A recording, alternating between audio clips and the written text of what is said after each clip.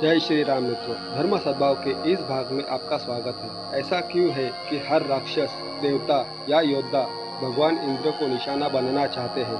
क्योंकि उनकी अधिकांश उपलब्धियां इंद्र और देवताओं को पराजित कर सकती है।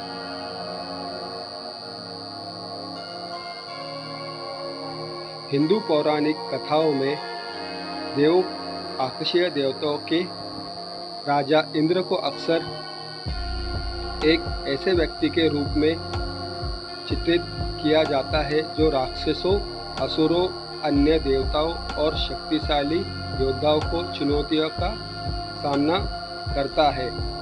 रामायण के अनुसार रावण, इंद्रजित, कुंभकर्ण और अतिकाय जैसे सबसे शक्तिशाली राक्षसों ने न केवल देवताओं को बल्कि असुरों, यक्षों, गंधर्वों, मनुष्यों और मूल रूप से लगभग सभी प्राणियों को भी हराया। रामायण में इंद्र को ब्रह्मांड के शासक और स्वामी के रूप में दर्शाया गया है। ब्रह्मा निर्माता, बस इंद्र कोई गॉडफादर की तरह है।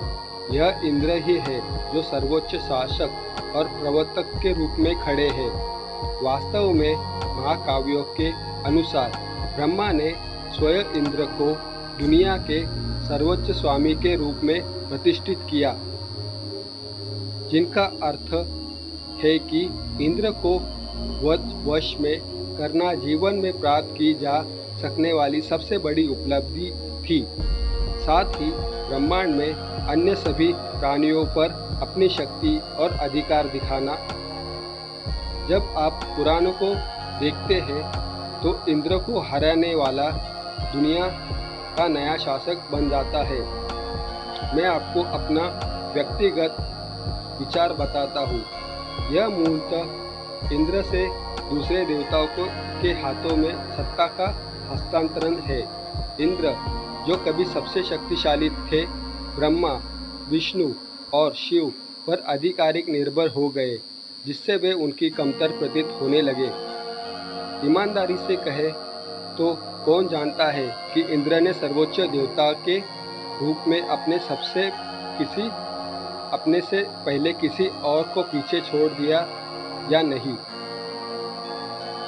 पुराण इसे अगले स्तर तक ले जाते हैं, जहाँ तक कि त्रिमूर्ति सदस्यों को भी ट्रोल करते हैं। उदाहरण के लिए, वे एक असुर द्वारा शिव को पराजित करने, दूसरे द्वारा विष्णु को पराजित करने और एक अन्य द्वारा ब्रह्म को पराजित करने की कहानियां सुनाते हैं।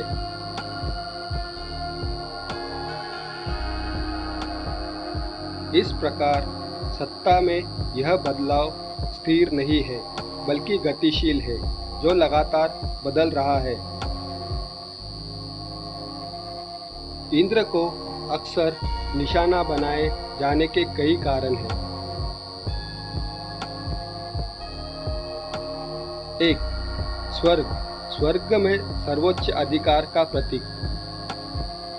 देवों और स्वर्ग के शासक के रूप में इंद्र भौतिक और दिव्य दुनिया में शक्ति के शिखर का प्रतिनिधित्व करते हैं। उन पर विजय प्राप्त करना देवीय व्यवस्था पर अंतिम विजय का प्रतीक है। कई असुर, राक्षस और शक्तिशाली योद्धा ब्रह्मांड पर अपना प्रभुत्व स्थापित करने के लिए इंद्र को गद्दी से उतारना चाहते हैं।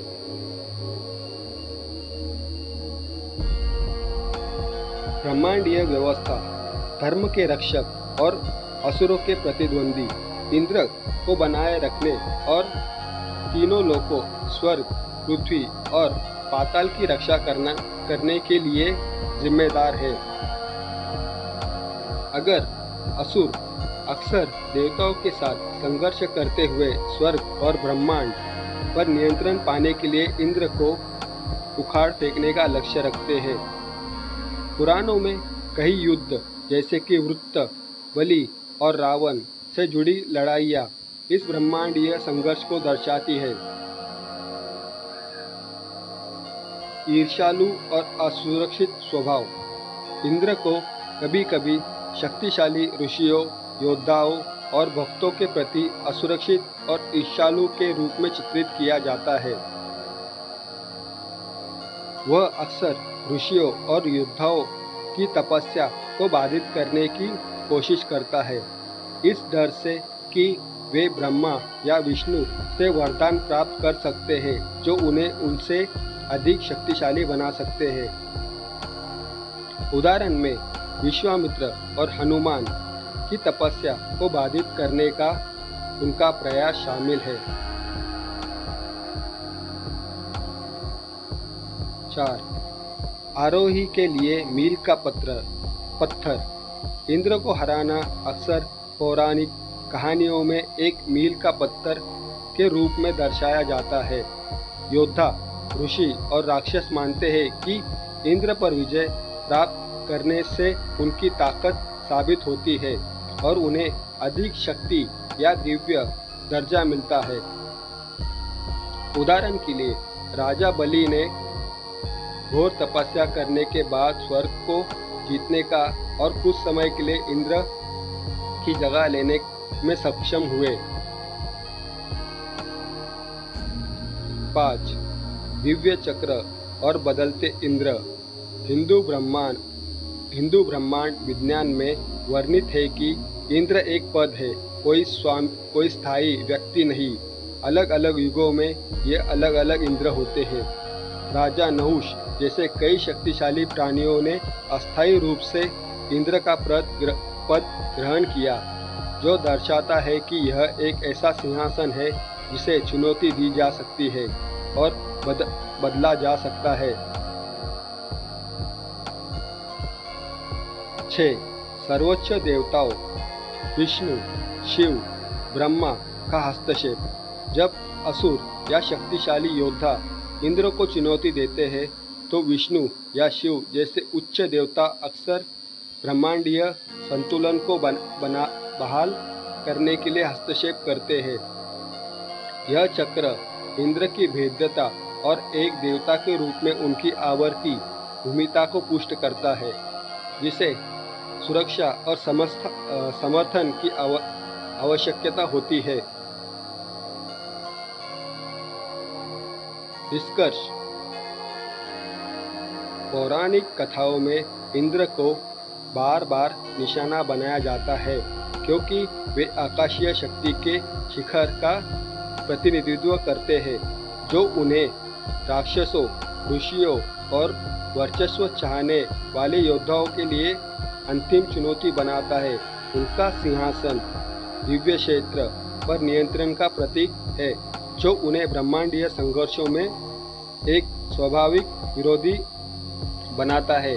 हालांकि उनकी जीत और असफलताओं के बावजूद ब्रह्मांड में शक्ति का संतुलन हमेशा दैवीय हस्तक्षेप के माध्यम से बहाल हो जाता है।